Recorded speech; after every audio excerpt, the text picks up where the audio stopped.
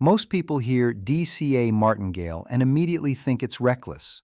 In this video, I'll break down how a controlled DCA strategy actually works, how risk is managed, and how it performs compared to buy and hold using out-of-sample backtest data.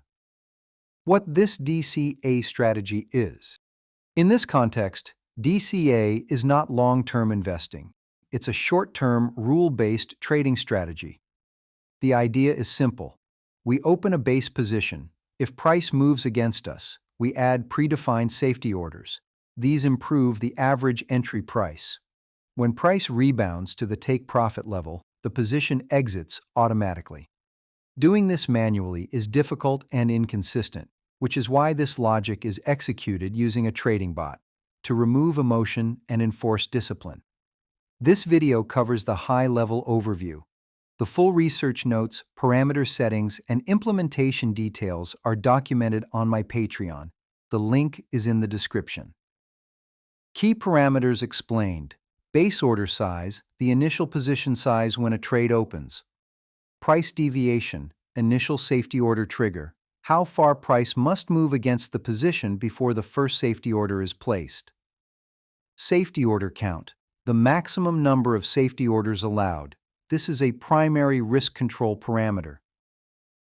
Safety order volume scale controls how each safety order increases in size. This strategy uses controlled scaling such as 1.2 times to 2 times based on historical performance. Safety order, step scale, controls the spacing between safety orders.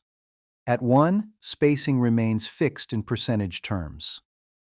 Take profit defines the profit target per trading cycle based on the updated average entry price. Reinvesting.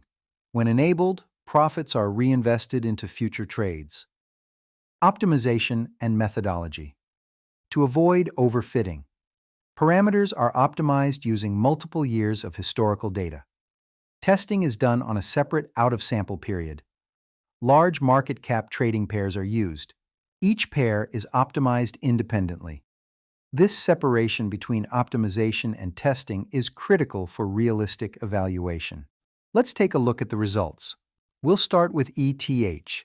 This backtest uses 1 full year of out-of-sample data only, no in-sample data at all. Out-of-sample return, 86%. Over the same period, buy and hold is actually down 11%. XRP, out-of-sample return, 124%. Buy and hold, minus 12%. LTC, out-of-sample return, 90%. Buy and hold, minus 26%. Results vary by market conditions, which is why parameter discipline and risk controls matter. If you want the full strategy documentation, backtests, and implementation details, everything is available on my Patreon. The link is in the description and pinned comment. If you found this useful, consider subscribing for more quantitative strategy breakdowns.